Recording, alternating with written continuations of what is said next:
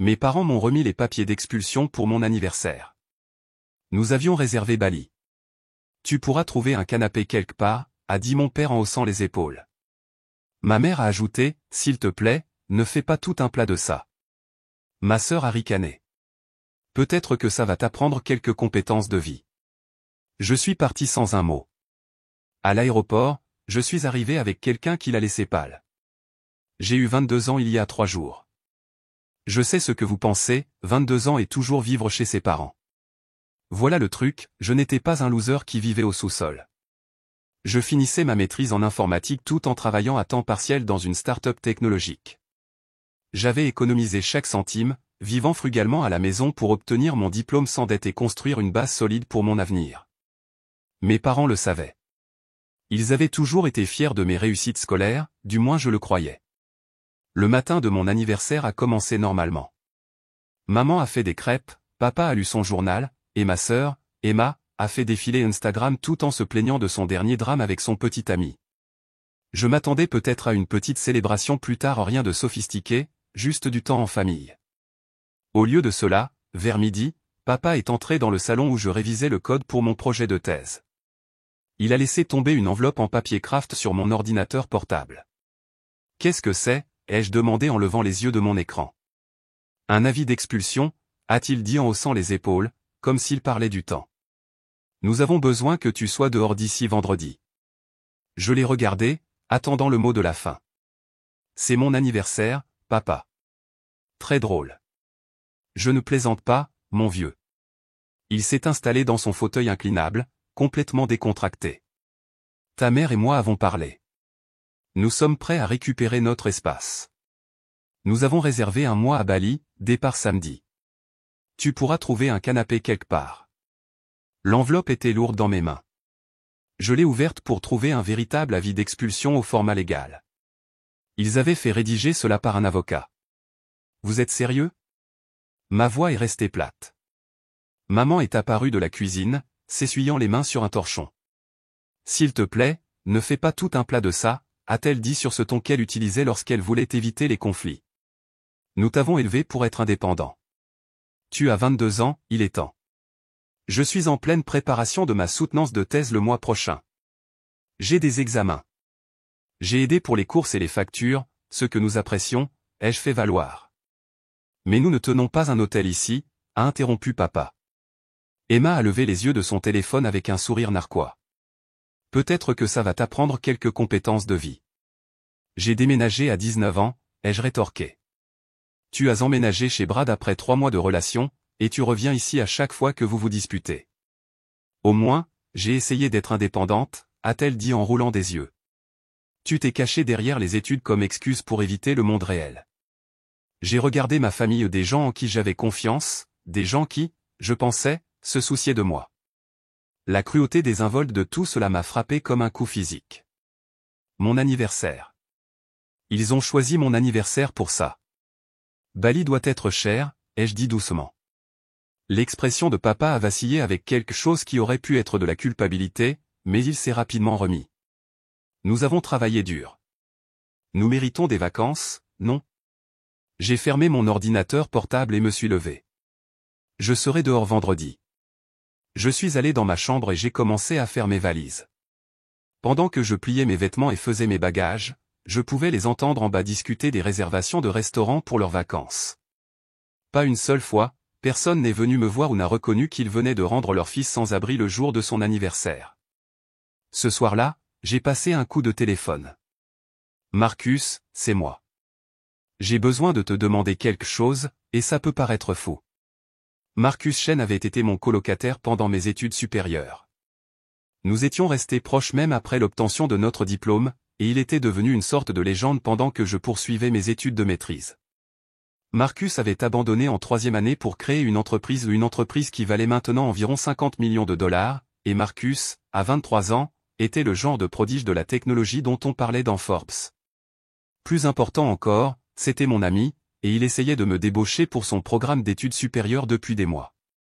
Tu sais que je te demande de venir travailler avec moi depuis 1 an, a dit Marcus après que je lui ai expliqué ma situation. L'offre tient toujours, poste de développeur senior, salaire de départ à 6 chiffres, package d'action, aide à la réinstallation à San Francisco. Quand peux-tu commencer? Je n'ai pas fini ma thèse. Oublie la thèse. Tu es brillant, David. J'ai besoin de quelqu'un en qui j'ai confiance, et l'école ne peut pas t'apprendre ce que tu apprendras en travaillant avec moi. En plus, on dirait que tu as besoin de changer de décor. Nous avons parlé pendant 2 heures. À la fin de l'appel, j'avais une offre d'emploi qui allait changer ma vie. Les 3 jours suivants se sont déroulés dans un flou, mais laissez-moi vous parler de ces 3 jours, ce furent les 72 heures les plus transformatrices de ma vie. Mercredi soir, après mon appel avec Marcus, je n'arrivais pas à dormir. Je n'arrêtais pas de revivre la conversation avec mes parents, d'analyser chaque mot, chaque expression.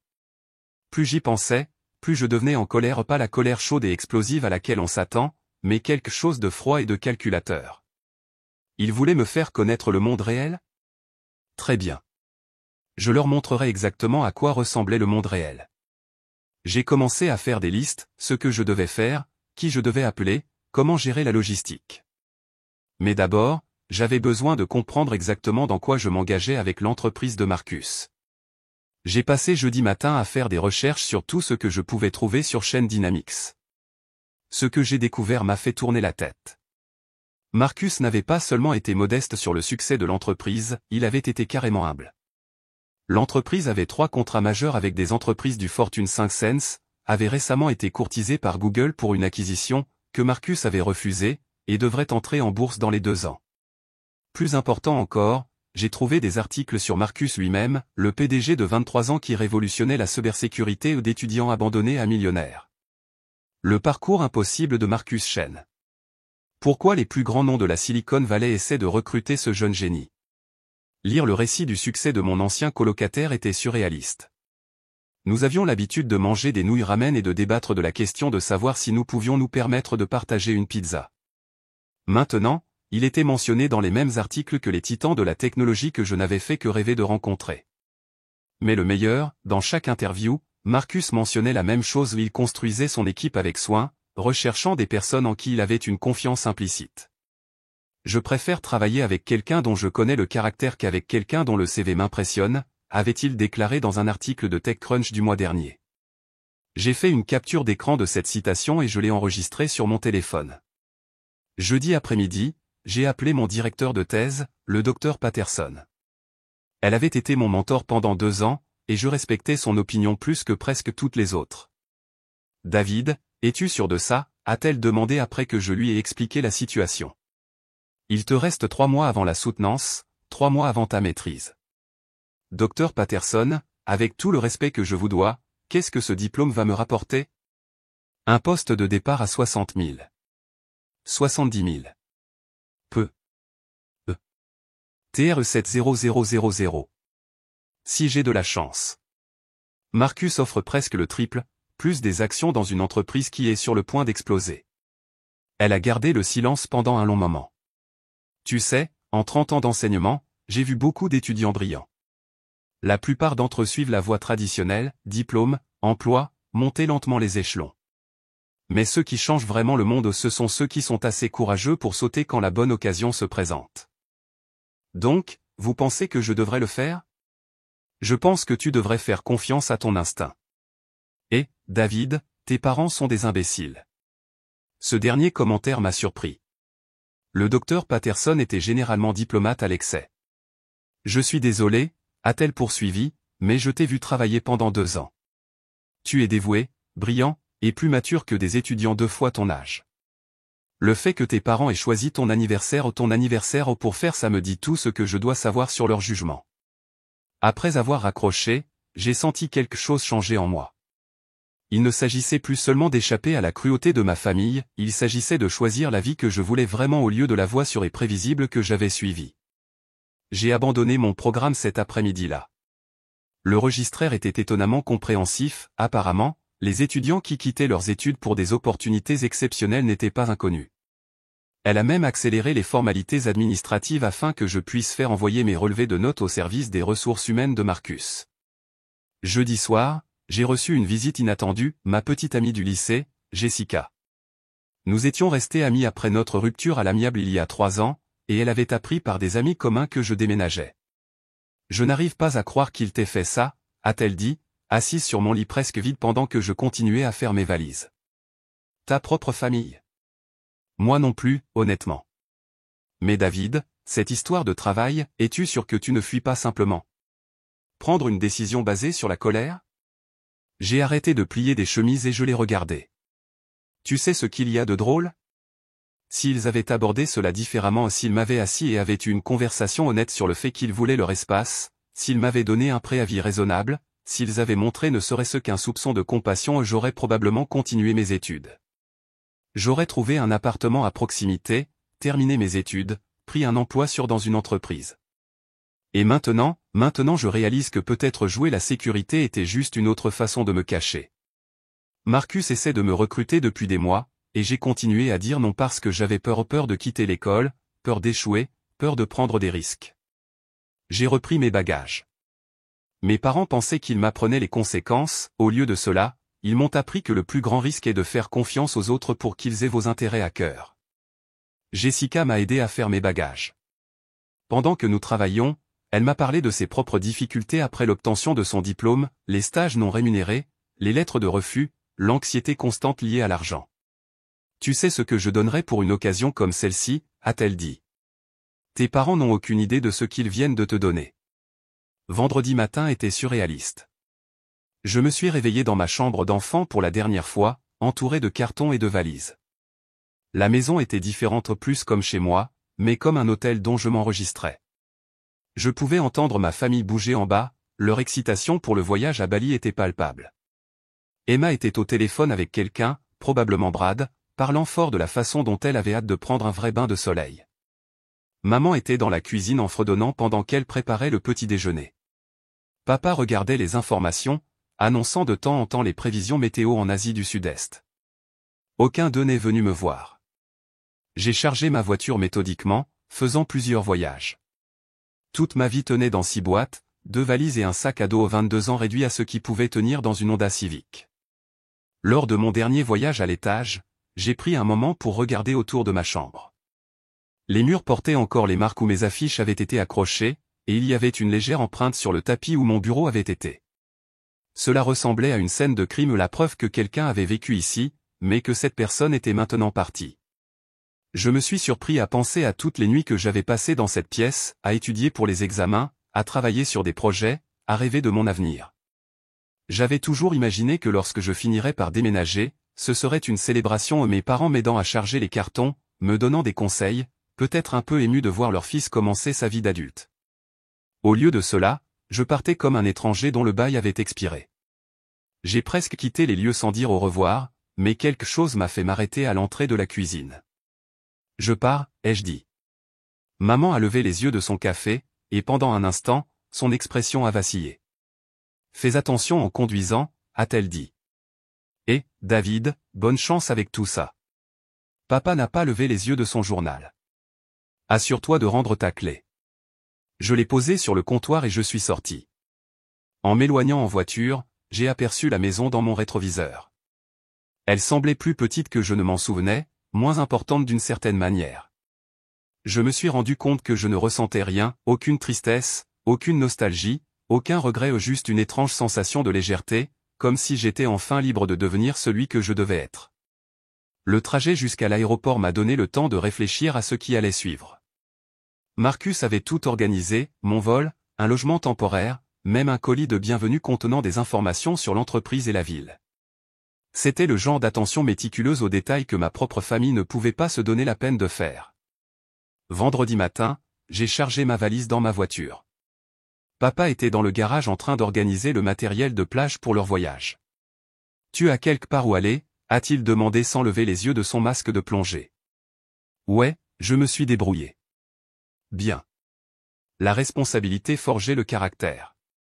J'ai failli rire de l'ironie. Samedi est arrivé le jour du départ pour nous deux. Mon vol pour San Francisco était à 14 h, leur vol pour Bali était à 18 h. J'ai parfaitement calculé le timing. Je suis arrivé tôt à l'aéroport et j'ai attendu dans la zone de départ, en sirotant un café et en regardant les visages familiers. À 17 h 30, je les ai repérés, maman, papa et Emma, roulant leurs valises surdimensionnées et bavardant avec enthousiasme sur leur aventure.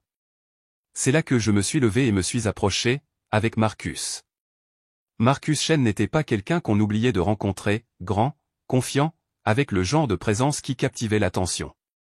Il portait un costume parfaitement taillé, malgré notre journée de voyage décontractée, et sa montre coûtait probablement plus que la voiture de mes parents. David. Maman m'a remarqué en premier. Son visage a exprimé plusieurs émotions, surprise, confusion, puis quelque chose qui s'approchait de l'alarme lorsqu'elle a vu Marcus à côté de moi. Salut, maman, papa, Emma, j'ai gardé ma voix neutre. Je voulais vous présenter quelqu'un avant que nous ne prenions tous les deux l'avion. Papa a froncé les sourcils. Prendre l'avion où? Voici Marcus Chen, ai-je dit en faisant un geste vers mon ami. Mon associé. Marcus a fait un pas en avant avec son sourire à $1 million et a tendu la main. Monsieur et Madame Thompson, j'ai tellement entendu parler de vous. Papa lui a serré la main automatiquement, toujours confus. Associé? J'essaie de recruter David depuis des mois, a expliqué Marcus avec aisance. Il est incroyablement talentueux. Quand il m'a dit qu'il était soudainement disponible pour commencer immédiatement, j'étais ravi. Commencer quoi? A demandé Emma avec suspicion. David rejoint mon entreprise en tant que développeur senior, a dit Marcus.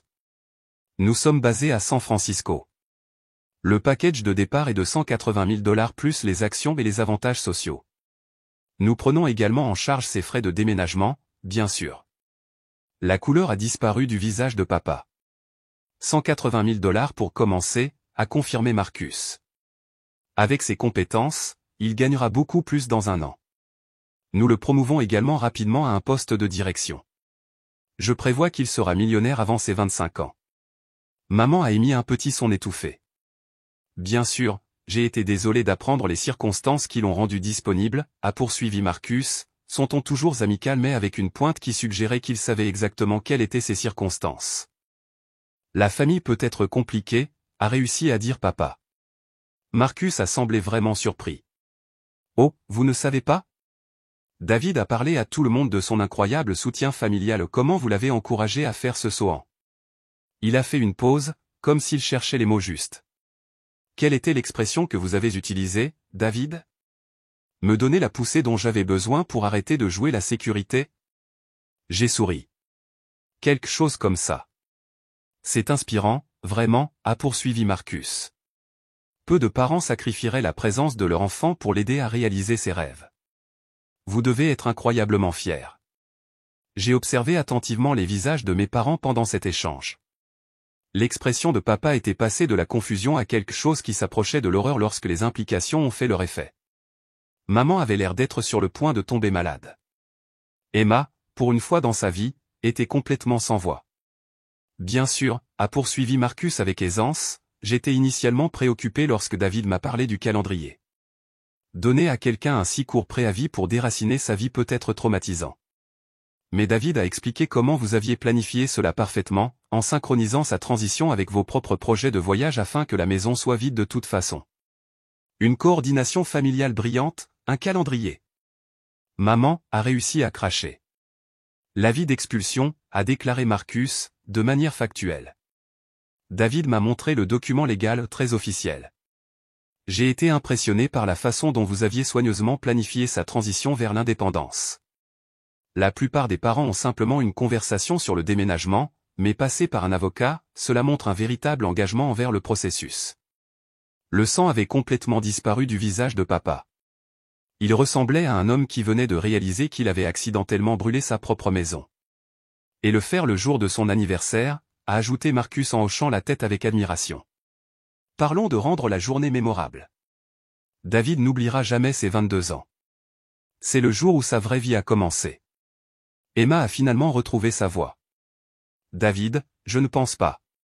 Oh, je devrais mentionner, a interrompu Marcus en se tournant vers moi, la prime de signature a été créditée sur votre compte ce matin, $50 000, comme convenu. Cela devrait couvrir vos frais de déménagement et vous donner un bon coussin pendant que vous vous installez. $50 000, a répété papa. Par semaine, a confirmé Marcus. Juste la prime de signature. En plus du salaire de 180 000, bien sûr. Nous fournissons également une couverture médicale, dentaire, visuelle complète, 4 semaines de vacances payées et un budget annuel de 10 000 pour la formation continue. David a mentionné qu'il n'avait pas terminé sa maîtrise. Nous sommes heureux de payer pour qu'il la termine à temps partiel s'il le souhaite, bien que, honnêtement, il apprendra plus en travaillant avec nous que ce que n'importe quelle salle de classe pourrait lui apprendre. J'ai regardé cette information frapper ma famille comme des coups physiques, la mention désinvolte d'une somme d'argent qu'il ne verrait probablement pas pendant des années, offerte au fils qu'il venait de jeter comme des meubles indésirables. Plus le package d'actions, a ajouté Marcus presque comme une réflexion après coup. David possédera un pourcentage de l'entreprise lorsque nous entrerons en bourse probablement l'année prochaine. Cette participation vaudra, disons simplement que David sera très à l'aise. L'annonce pour leur vol pour Bali a retenti à nouveau, plus urgemment cette fois. C'est certainement nous, a dit Emma, la voix tendue. Elle n'arrêtait pas de regarder entre moi et Marcus comme si elle essayait de résoudre un puzzle avec des pièces manquantes. Combien de temps serez-vous parti, a demandé Marcus poliment. 1 mois, a chuchoté maman. Le timing est parfait, alors. David sera complètement installé au moment de votre retour. Nouvel appartement, nouvelle vie, nouvelle tranche d'imposition, Marcus a ri de sa propre blague. Bien que je suppose que vous ne le reconnaissiez peut-être pas à votre retour, le succès a une façon de changer les gens. David a commencé papa, mais je me détournais déjà. Notre vol embarque aussi, ai-je dit. Profitez de Bali. Alors que nous nous dirigions vers notre porte d'embarquement, je pouvais sentir le regard de ma famille dans mon dos. Le poids de leur regard était lourd de réalisation, de regrets et de quelque chose qui ressemblait peut-être à de la panique.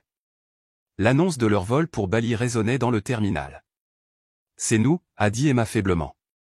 Passez de merveilleuses vacances, a dit Marcus chaleureusement. Ne vous inquiétez pas pour David. Nous allons très bien nous occuper de lui. Il restera dans un appartement de la société à Soma jusqu'à ce qu'il trouve son propre logement entièrement meublé, toutes charges comprises. La mère de David a commencé, mais je me détournais déjà. Notre vol embarque aussi, ai-je dit. Profitez de Bali. Je suis parti sans me retourner. Marcus, à côté de moi, a dit tranquillement, en souriant, tu es méchant. J'ai appris des meilleurs, ai-je répondu, tandis que nous nous dirigions vers notre porte d'embarquement. J'ai entendu la voix d'Emma derrière nous, maman, a-t-il juste dit 180 000 $? Mise à jour 3 semaines plus tard. Je vous écris depuis mon nouvel appartement à San Francisco au pal appartement de la société. J'ai trouvé mon propre logement à Pacific Heights, avec vue sur la baie. Il s'avère que Marcus n'exagérait pas sur l'argent. Les premières semaines ici ont été un tourbillon. Marcus m'a immédiatement plongé dans des projets non pas comme une initiation difficile, mais parce qu'il avait vraiment besoin de mes compétences. Je me suis retrouvé à travailler sur des protocoles de cybersécurité pour des entreprises dont je n'avais que lu dans des magazines économiques. La courbe d'apprentissage était raide, mais j'ai prospéré sous la pression. Mes collègues étaient impressionnants, anciens ingénieurs Google, diplômés du MIT, personnes qui avaient vendu des startups précédentes pour des millions. Au début, j'avais l'impression de ne pas appartenir à cet endroit. Puis j'ai commencé à apporter des solutions qui ont fait que les développeurs seniors s'arrêtaient et prenaient des notes. Marcus avait raison au sujet de mon potentiel. Le travail était stimulant d'une manière que l'école ne l'avait jamais été. Au lieu de problèmes théoriques avec des solutions prédéterminées, je résolvais de vrais problèmes qui affectaient de vraies entreprises.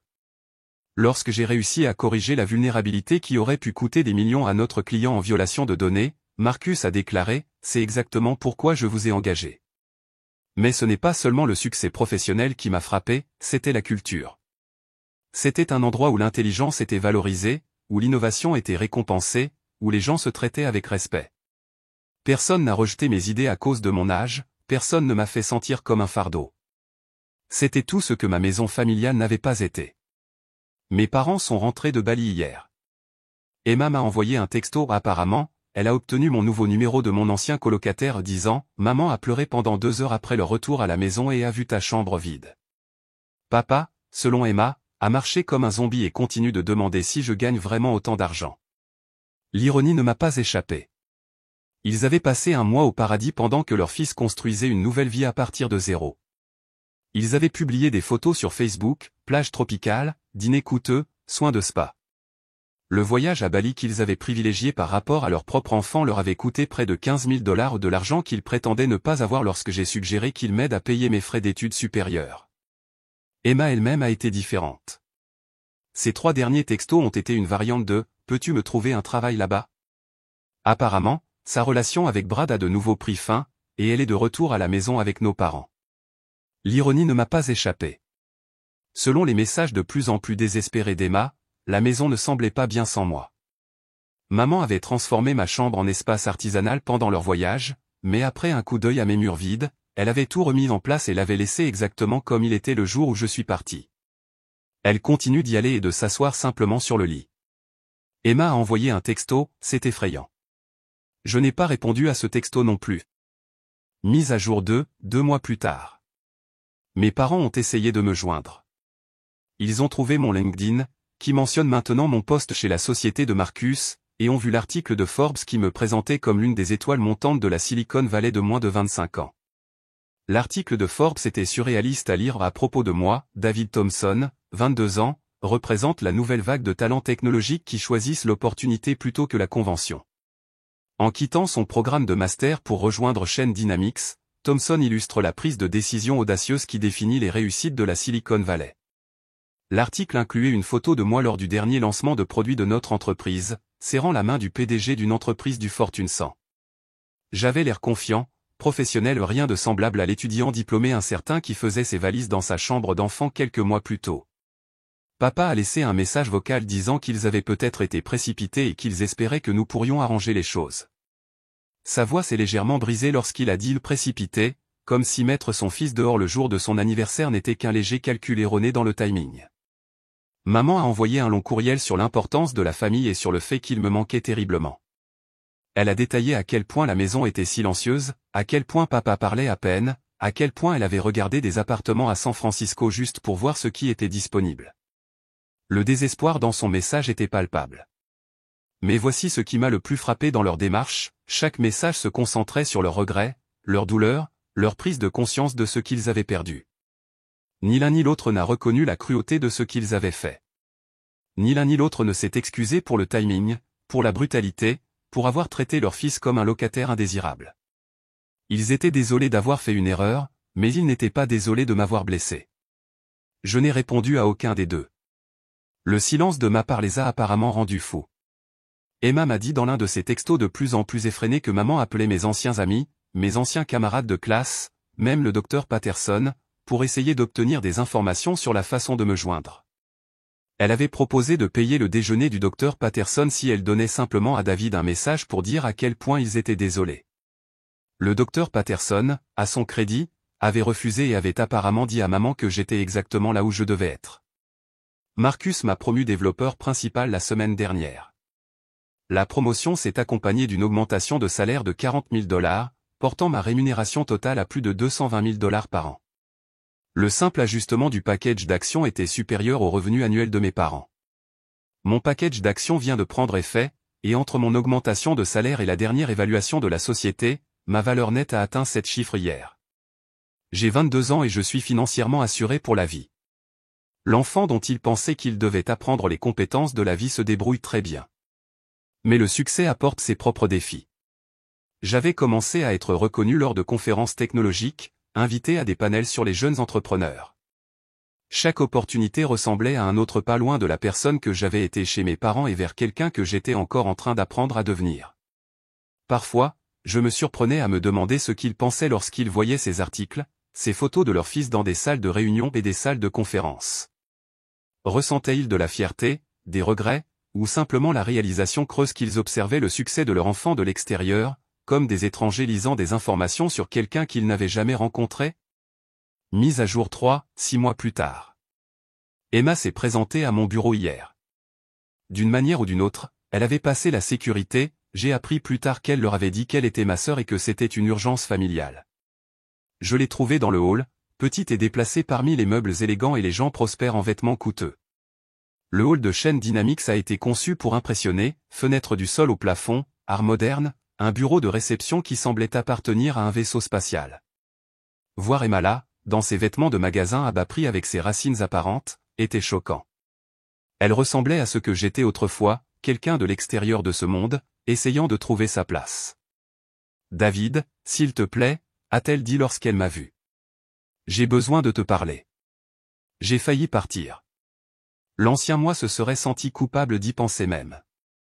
Le nouveau moi a calculé les avantages et les inconvénients d'engager quelqu'un qui avait contribué à mon exil. Mais quelque chose dans sa voix m'a arrêté, ou une qualité que je n'avais jamais entendue auparavant, la vulnérabilité, peut-être, ou une peur réelle. Nous sommes allés dans un café en bas de la rue. Elle avait une apparence différente, plus âgée, fatiguée. L'assurance que je me souvenais avait disparu, remplacée par quelque chose qui ressemblait au désespoir. « Maman et papa divorcent », a-t-elle dit sans préambule. Cela m'a plus touché que je ne l'aurais pensé. Quoi? Cela a commencé lors du voyage à Bali. Papa n'arrêtait pas de parler de sa fierté pour ce que tu avais accompli, de la façon dont ils avaient peut-être eu tort. Maman s'est mise sur la défensive, a dit qu'ils réécrivaient l'histoire, qu'ils avaient fait ce qu'ils avaient à faire. Ils se sont disputés tous les jours de leurs vacances. Elle a remué son café distraitement, sans me regarder dans les yeux. Lorsqu'ils sont rentrés à la maison et ont vu ta chambre vide, cela a empiré. Papa a trouvé l'article de Forbes sur toi et l'a imprimé, l'a mis sur le réfrigérateur. Maman l'a arraché, il l'a remis, elle l'a de nouveau arraché. Emma, laisse-moi finir, s'il te plaît, sa voix s'est légèrement brisée. Ils se disputent depuis à propos d'argent, de décision, à propos de toi. Papa continue de dire que maman a trop poussé, que la vie d'expulsion était son idée. Maman dit que papa a accepté, qu'il n'est désolé maintenant que parce que tu es riche. J'ai ressenti un étrange détachement en écoutant cela, comme si elle décrivait des personnages dans un film plutôt que nos parents. La maison est toxique maintenant. Ils se reprochent mutuellement de t'avoir perdu. Papa dort dans la chambre d'amis depuis 2 mois. Maman consulte un thérapeute, mais elle pleure tout au long de la séance. Le thérapeute lui a dit qu'elle devait gérer son chagrin de la perte de son enfant, et cela a rendu papa furieux parce qu'il a dit « Tu n'étais pas mort, juste fini avec eux ». Elle m'a regardé avec des larmes dans les yeux. Tu étais la meilleure chose de notre famille, et nous l'avons détruite parce que nous étions égoïstes et stupides. Maman n'a pas été la même depuis qu'elle a réalisé ce que nous avions fait. Papa ne l'admettra pas, mais il a cherché des appartements à louer près d'ici. Je pense qu'il veut déménager en Californie pour être plus près de toi. Emma, je ne demande pas pardon, l'a-t-elle interrompu. Je ne le mérite pas, aucun d'entre nous ne le mérite. Je voulais juste.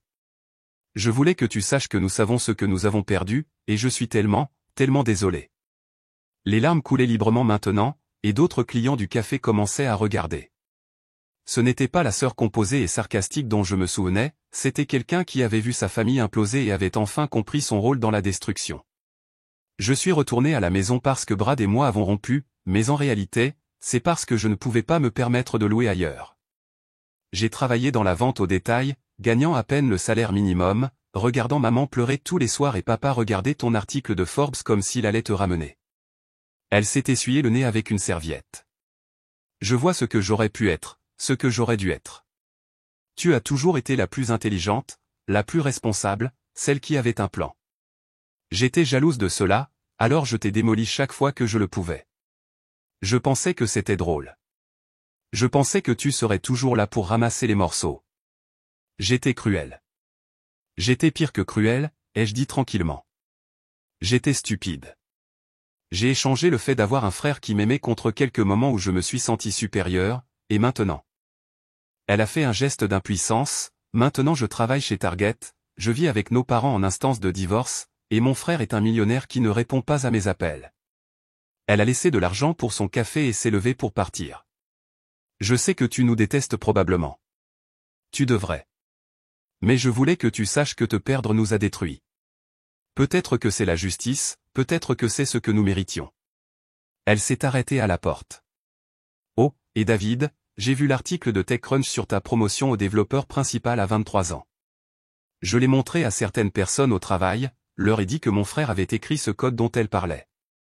J'étais fier de toi. Je sais que je n'ai pas le droit de l'être, mais je l'étais. Elle est partie avant que je puisse répondre. Je suis resté assis là longtemps, à penser aux anniversaires, à la famille et à la personne que j'étais autrefois. Le café autour de moi bourdonnait de l'énergie habituelle de San Francisco, les fondateurs de start-up faisant des présentations aux investisseurs aux tables d'angle, les travailleurs de la technologie déboguant du code sur des ordinateurs portables, le ronronnement constant de l'ambition et des possibilités. C'était mon monde maintenant, et être assis dedans tout en traitant les paroles d'Emma ressemblait à exister dans deux réalités simultanément. Une partie de moi voulait se sentir vengée où ils subissaient enfin les conséquences de leurs actes, leur mariage s'effondrait sous le poids de leur culpabilité et de leurs reproches mutuels, Emma apprenait ce que c'était que de lutter financièrement, ils découvraient tous à quoi ressemblait la vie sans le fils et le frère qu'ils avaient si facilement rejetés. Mais une autre partie de moi ressentait quelque chose que je n'avais pas prévu, le vide. J'avais réalisé tout ce dont je rêvais et plus encore, j'étais financièrement indépendant, professionnellement respecté, vivant dans l'une des villes les plus excitantes du monde. Pourtant, assis dans ce café, en traitant la destruction de ma famille, je me sentais étrangement vide. Le succès, je commençais à l'apprendre, était une chose compliquée, il remplissait certains vides tout en créant d'autres. Mise à jour finale, 1 an plus tard. J'écris ceci le jour de mon 23e anniversaire. Je l'ai passé dans mon appartement en Pentouze, j'ai fait une mise à niveau il y a quelques mois. Avec Marcus et quelques amis du travail, nous avons dîné dans un restaurant étoilé au Michelin, et Marcus m'a surpris avec une Rolex pour avoir conclu le plus gros contrat de l'histoire de l'entreprise.